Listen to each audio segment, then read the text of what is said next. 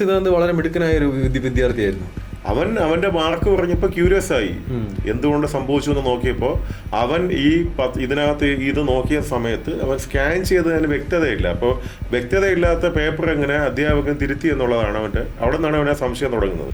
അവനിങ്ങനെ പോയി വന്നപ്പോൾ പിന്നെ അവൻ ഇപ്പോൾ നമ്മളിത് അവാർഡ് ചെയ്തിരിക്കുന്ന ഒരു കമ്പനി കോയോപ്റ്റ് എന്ന് പറയുന്ന ഒരു കമ്പനി ഹൈദരാബാദ് ബേസാണ്. അപ്പോൾ അവരുടെ ക്രെഡിബിലിറ്റിയെ പറ്റി അന്വേഷിച്ചു. അപ്പോൾ അവർ മനസ്സിലാക്കി ഇത് ടെൻഡർ കൊടുത്തിരിക്കുന്നതിനകത്ത് തന്നെ ചില പ്രശ്നങ്ങളുണ്ട്. 1000 ഒരാളിന് പ്രശ്നം ഉണ്ടെന്ന് പറയുന്നത് നിസ്സാര കാര്യമല്ല, ഏകദേശം അതിപ്പോൾ അങ്ങനെയാണ് വന്നിരിക്കുന്നത്. അപ്പം അവിടെ നിന്നാണ് ഈ കോൺട്രവേഴ്സി സ്റ്റാർട്ട് ചെയ്യുന്നത്. 1-2 എക്സാമിനേഷൻ നീറ്റിന്റെ സ്ക്രാപ്പായി, ആ പ്രശ്നം വന്നു. അത് കഴിഞ്ഞതിന് ശേഷം പിന്നെ CUET എക്സാമിനേഷൻ എന്ന് പറയുന്നത് അതിനകത്ത് ചില പ്രശ്നങ്ങളുണ്ടായി. ഇപ്പൊ CBSE എക്സാമിനേഷൻ ഇങ്ങനത്തെ അലിഗേഷനൊക്കെ വരുമ്പോൾ അതൊരു വലിയ സീരിയസ് ഇഷ്യൂ ആയി. ക്വസ്റ്റ്യൻ പേപ്പർ കിട്ടുകയാണെങ്കിൽ വാങ്ങാൻ ആളുള്ളപ്പോൾ അതിന്റെ അന്വേഷണം വന്നാൽ ചിലപ്പോൾ കേരളത്തിലെ പല കോച്ചിങ് കമ്പനികളുള്ളവർ വന്ന് എത്തുമായിരിക്കും. ഇതൊരു വലിയ നെറ്റ്വർക്കാണിത്. നമസ്കാരം പ്രവീൺ കമലമ്മ. നമസ്കാരം. നമുക്ക് ഇന്ന് ഡിസ്കസ് ചെയ്യേണ്ടത് 17 ലക്ഷം CBSE വിദ്യാർത്ഥികളുടെ ഭാവി തൂലാസിലാക്കുന്ന ഒരു പ്രശ്നമുണ്ട്. ഈ സർത്തക് സിദ്ധാന്ത് ഉയർത്തിയിരിക്കുന്ന 15 ക്വസ്റ്റ്യനുകൾ, ഇതിനെക്കുറിച്ച് പറയാമോ? ആരാണ് ഈ സർത്തക് സിദ്ധാന്ത്? ഈ 17 വയസ്സുള്ള പയ്യൻ ഇന്ത്യൻ എഡ്യൂക്കേഷണൽ സിസ്റ്റത്തിനെ പിടിച്ചു കുലുക്കുന്നത് എങ്ങനെയാണ്? അത് ഒന്ന് പറയാമോ നമ്മുടെ പ്രേക്ഷകർക്ക് വേണ്ടിയിട്ട്? ഓക്കെ. ഈ സാർത്ഥക് സിദ്ധാന്ത് എന്ന് പറയുന്നത് ഇപ്പോൾ +2 പരീക്ഷ എഴുതിയിരുന്ന ഒരു 17കാരനാണ്, ജാർഖണ്ഡിലുള്ള ഒരു കുട്ടിയാണ്. അപ്പോൾ ഈ OSM എന്ന് വെച്ചാൽ ഓൺ സ്ക്രീൻ മാർക്കിംഗ് എന്നൊരു സിസ്റ്റം ഉണ്ട്. അപ്പൊ എങ്ങനെയാന്ന് വെച്ചാൽ നമ്മൾ പരീക്ഷ എഴുതി കഴിയുമ്പോൾ അതിന്റെ പേപ്പറുകളെല്ലാം സ്കാൻ ചെയ്ത് സിസ്റ്റത്തിനകത്താക്കുന്നു. എന്നിട്ട് അവിടെ നിന്നാണ് ഇവാലുവേഷൻ ചെയ്യുന്നത്. ആരാണ് ഇവാലുവേഷൻ ചെയ്യുന്നത്? ടീച്ചേഴ്സ്. സാധാരണ നമ്മുടെ മാനുവൽ ഇവാലുവേഷന് പകരം ഇത് സ്കാൻ ചെയ്ത് സിസ്റ്റത്തിനകത്താക്കി കഴിഞ്ഞാൽ പിന്നെ അവിടെ നിന്നാണ് ഇവാലുവേഷൻ ചെയ്യുന്നത്. അപ്പോൾ പിന്നെ അവർക്ക് ബാക്കിയുള്ള ടാബുലേഷൻ കാര്യങ്ങളൊക്കെ എളുപ്പമാണ്, സോഫ്റ്റ്വെയറിന്റെ സഹായത്തോടുകൂടി ചെയ്യാൻ പറ്റും. അപ്പൊ അതാണ് ഈ സിസ്റ്റം. അപ്പൊ അത് പ്രൊവൈഡ് ചെയ്യുന്ന ഒരുപാട് കമ്പനീസ് ഉണ്ട്. അതിനകത്ത് ഒരു കമ്പനിയാണ് ഇപ്പൊ ഇത് പ്രൊവൈഡ് ചെയ്തിരിക്കുന്നത്. അപ്പോൾ ഇതിനകത്ത് ഏകദേശം ഈ 17 ലക്ഷം കുട്ടികൾ CBSE പരീക്ഷ എഴുതുമ്പോൾ 98 ലക്ഷത്തോളം പേജസ് ആണ് സ്കാൻ ചെയ്യേണ്ടത്.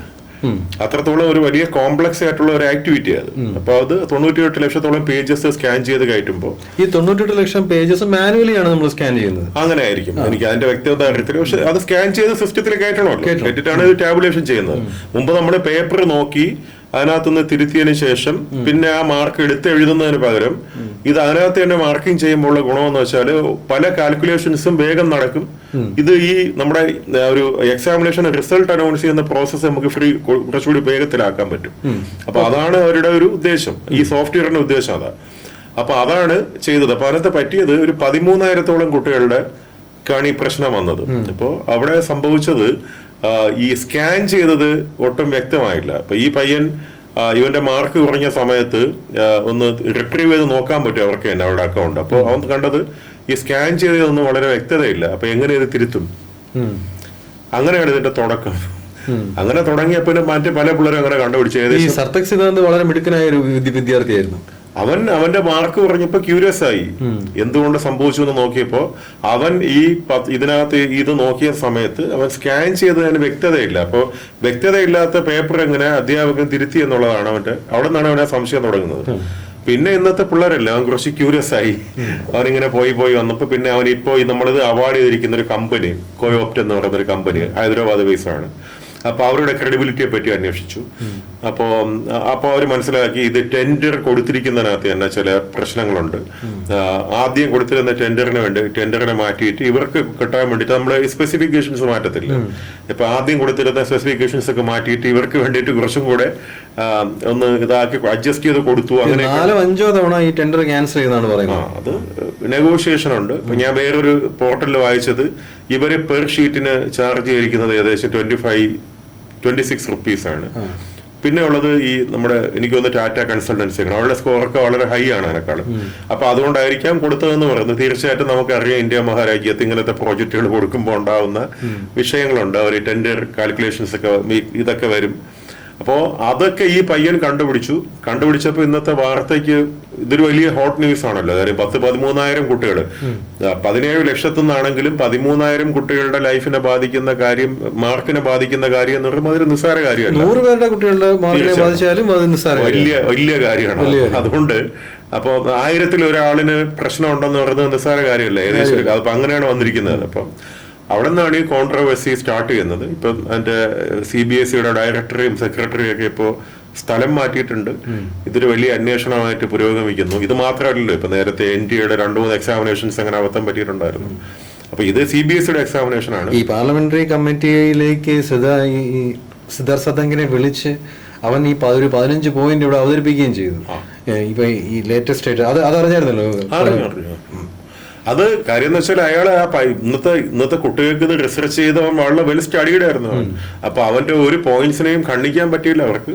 പക്ഷെ അവർ അവരുടേതായ ന്യായം പറയുന്നത് തീർച്ചയായിട്ടും ഒരു ചെറിയ പെർസെന്റേജിനകത്താണ്. പക്ഷെ ആ ചെറിയ പെർസെന്റേജ് ഒരു വലിയ നമ്പർ ഓഫ് സ്റ്റുഡൻസ് ആണ്. ഒരാളായാലും അതൊരു വലിയ സംഭവമാണ്.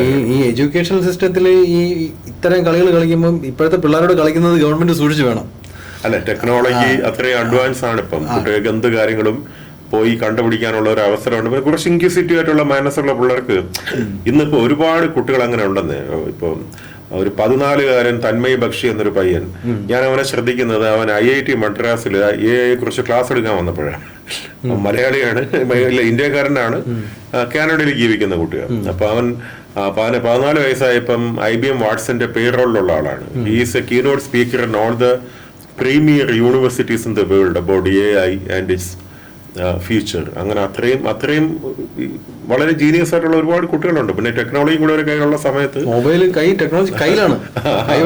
കുറച്ച് ഇൻക്യൂസിറ്റി കൂടെ ആവുന്ന സമയത്ത് അവർക്കതൊക്കെ കണ്ടുപിടിക്കാൻ പറ്റും. അപ്പൊ ഇത് തീർച്ചയായിട്ടും ഭയങ്കര ഒരു വാർണിംഗ് ആണ്. ഇപ്പം ഇനിയുള്ള ഗവൺമെന്റ്, പണ്ടൊക്കെ ഗവൺമെന്റൊക്കെ കുറച്ചുകൂടി ഫ്ലെക്സിബിലിറ്റി ഉണ്ടായിരുന്നു. ഇപ്പോഴത്തെ ഗവൺമെന്റുകൾക്ക് they have to be foolproof, അല്ലെങ്കിൽ തീർച്ചയായിട്ടും പണിയാവും. ഇത് മുമ്പൊക്കെ ആണെങ്കിൽ ഇത് ആരും അറിയത്തോലുമില്ല, അങ്ങനെയൊക്കെ എന്തെല്ലാം സംഭവിച്ചിട്ടുണ്ടാവും, എത്ര പേരുടെ ജീവിതം ഇതേപോലെ പോയിട്ടുണ്ടാവും. പക്ഷെ ഇപ്പൊ അങ്ങനെയല്ല. ഇപ്പൊ you have to be foolproof. കാര്യം every human being is sitting with a media. അതാണ് ഇന്നത്തെ ഒരു അവസ്ഥയെന്ന് പറയുന്നത്. അപ്പൊ ആർക്കാണോ ഒരു അത്യാവശ്യം കൊള്ളാമെന്നുള്ള ഒരു കണ്ടന്റ് ഒന്ന് കൊടുക്കാൻ പറ്റുന്ന അത് ശ്രദ്ധിക്കപ്പെടുന്നു. അപ്പൊ അതുകൊണ്ട് ഇനിയുള്ള ഗവൺമെന്റുകൾക്ക് തീർച്ചയായിട്ടും ഒരു ലോക്കൽ എനിക്ക് തോന്നുന്നു ഒരു ജനാധിപത്യത്തിന്റെ ഓഡിറ്റിംഗ് ഭയങ്കരമായിരിക്കും. നമ്മൾ അതിനെ ഫേസ് ചെയ്താലേ മതിയാകത്തുള്ളൂ. ഈ പയ്യൻ ജാർഖണ്ഡിലാണ് ഈ പയ്യന്റെ ബാക്ക്ഗ്രൗണ്ട്, അതെങ്ങനെയാണ്? അല്ല, അവൻ ജാർഖണ്ഡ് നിവാസിയാണ്. CBSE national level examination. അപ്പൊ അവര് കേരളത്തിലെ പിള്ളേർ എഴുതുന്നുണ്ട്, ഇന്ത്യ മൊത്തം എഴുതുന്നതല്ലേ. അപ്പൊ അങ്ങനെയാണ് അത് വന്നത്. ഈ കോയംബറ്റൂർ എന്ന് പറയുന്ന കമ്പനിയാണല്ലോ ഇത് OSM ഇപ്പം ഇവാലുവേറ്റിംഗ് സിസ്റ്റം കിട്ടിയിരിക്കുന്നത്.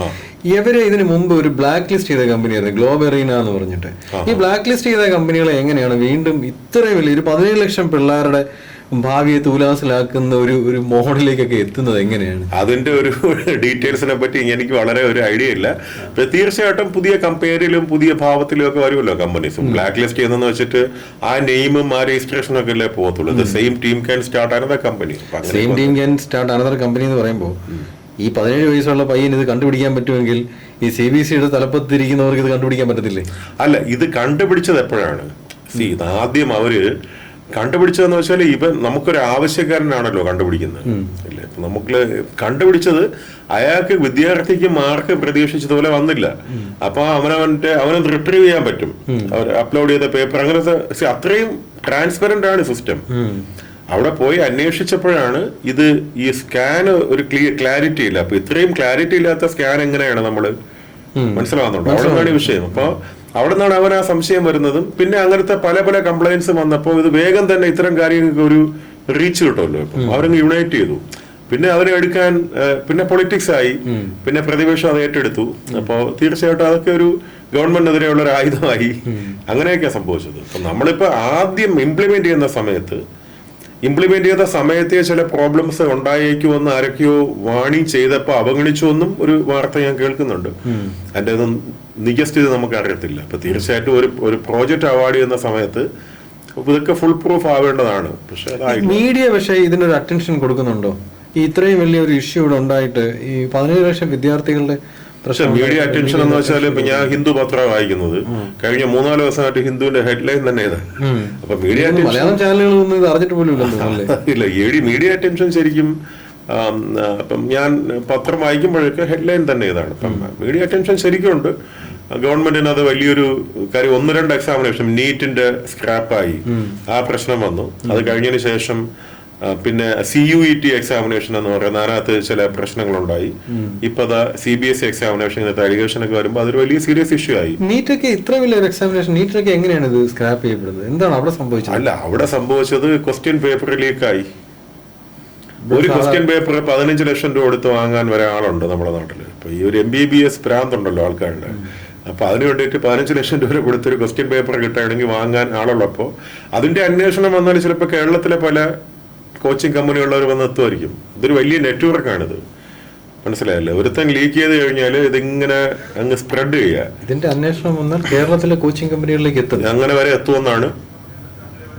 എല്ലായിടത്തും എത്തുമല്ലോ, ഇതൊരു നെറ്റ്വർക്ക് അല്ലേ ഇത്. അപ്പൊ നമ്മളൊരു പർട്ടിക്കുലർ കോച്ചിങ് കമ്പനി എന്നല്ല, അങ്ങനെ വരെ എത്താം എന്നൊക്കെയാണ് ആദ്യത്തെ വാർത്തകൾ വന്നത്. അപ്പോൾ ഇത് 15 ലക്ഷം രൂപ കൊടുത്തൊരു അച്ഛൻ ഒരു നീറ്റിന്റെ ക്വസ്റ്റ്യൻ പേപ്പർ വാങ്ങാനുള്ള താല്പര്യം കാണിക്കുന്നുണ്ടെങ്കിൽ ഒരു 22 ലക്ഷം പിള്ളേർ എഴുതുന്ന ഒരു എക്സാമിനേഷനകത്ത് ഒരു ചെറിയ ശതമാനത്തിന് അവർക്ക് കിട്ടിയാൽ പോലും അതിന്റെ ഒരു ബിസിനസ് പൊട്ടൻഷ്യൽ ഒന്ന് ആലോചിച്ച് നോക്കും. അത് താഴെ വരുമ്പോൾ വില കുറയുമായിരിക്കും, പക്ഷെ എന്നാലും it is such A huge thing. ഇതൊക്കെ എല്ലായിടത്തും നടക്കുന്നുണ്ട്. ഇത് ഇപ്പൊ ഇതൊക്കെ തീർച്ചയായിട്ടും പിടിക്കപ്പെടുന്നു, വലിയ വലിയ വാർത്തയാണ്. മുമ്പ് ഇങ്ങനത്തെ ഒരു നീറ്റ് പലപ്പോഴും സ്ക്രാപ്പ് ചെയ്തിട്ടുണ്ട്, പല കാരണങ്ങൾ. ഇങ്ങനെ തന്നെ ക്വസ്റ്റ്യൻ പേപ്പർ ലീക്ക് ആയിട്ടുമുണ്ട്. പക്ഷെ എന്നിട്ടും അതൊന്ന് ഫുൾ പ്രൂഫ് ആക്കാൻ പറ്റുന്നില്ല എന്നുള്ളത് സിസ്റ്റത്തിന്റെ വലിയ പരാജയം തന്നെയാണ്. അതിനകത്ത് സംശയമൊന്നും വേണ്ട. കാര്യം 22 ലക്ഷം കുട്ടികൾ ഇതിനകത്ത് മാൽ പ്രാക്ടീസസ് ചെയ്യുന്നത് വളരെ ചെറിയൊരു ശതമാനമായിരിക്കും. ഇപ്പൊ ഷാജിയ ജോണിന് അറിയാം, നമ്മളൊരു പരീക്ഷയ്ക്ക് പഠിക്കുന്ന സമയത്ത് നമ്മൾ കഷ്ടപ്പെട്ട് പഠിച്ച് പരീക്ഷ എഴുതി കഴിയുമ്പോൾ അതൊരു റിലീഫ് ഉണ്ടല്ലോ. ആ റിലീഫ് ഒന്ന് വന്നതിന് ശേഷം പിന്നെ ആ പരീക്ഷ വീണ്ടും എഴുതണമെന്ന് പറയുമ്പോൾ നമുക്കുണ്ടാകുന്ന ഒരു മാനസികാവസ്ഥ ചിന്തിക്കാമോ?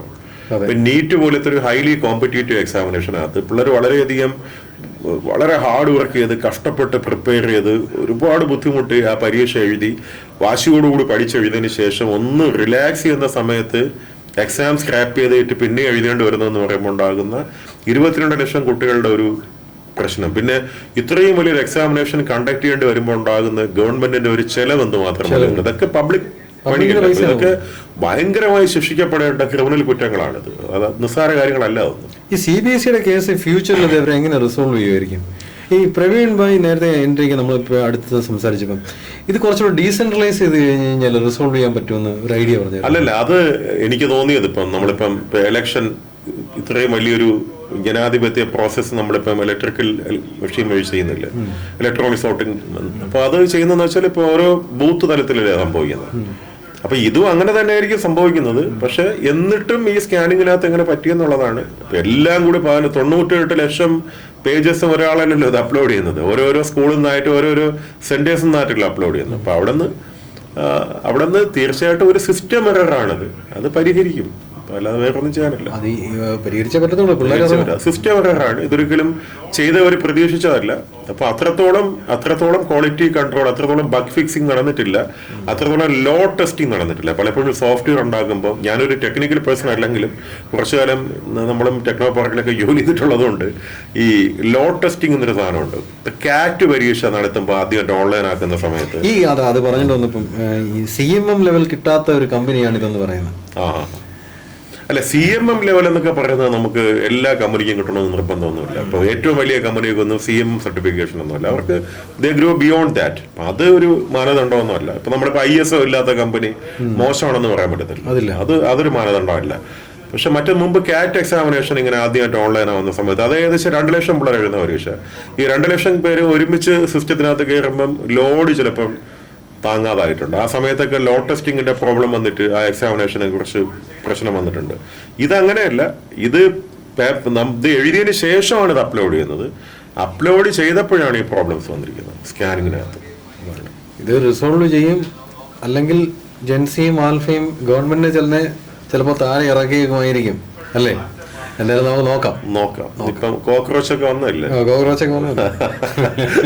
എപ്പോഴും മാറ്റം മാത്രമാണ് സ്ഥിരമായി സംഭവിക്കുന്നത്. ഏത് മനുഷ്യനും മാറ്റുവിൻ ചട്ടങ്ങളെ സ്വയം അതുകളി മാറ്റുവിൻ നിങ്ങളെ താനെന്ന് പറയും പോലെ നിങ്ങൾ ഈ പഴയ തലമുറയെ പറ്റിച്ച പോലെ പുതിയ തലമുറയെ പറ്റിക്കാൻ പറ്റത്തില്ല. അതല്ല, കരുതി ഇപ്പൊ ഒരു രാഷ്ട്രീയക്കാരും ഇരിക്കേണ്ട, ഒരു അഡ്മിനിസ്ട്രേറ്റീവ് ബ്യൂറോക്രാറ്റ്സും ഇരിക്കേണ്ട. അക്കൗണ്ടബിലിറ്റി വളരെയധികം വളരെ പ്രധാനമുള്ളതാണ്. Social auditing is a very very big thing. മുമ്പ് അത് ഉണ്ടായിരുന്നില്ല, ഇപ്പൊ അതേ ഉള്ളൂ. സോഷ്യൽ ഓഡിറ്റിംഗ് ഭയങ്കരമാണ്. You have to be very careful when you are in power.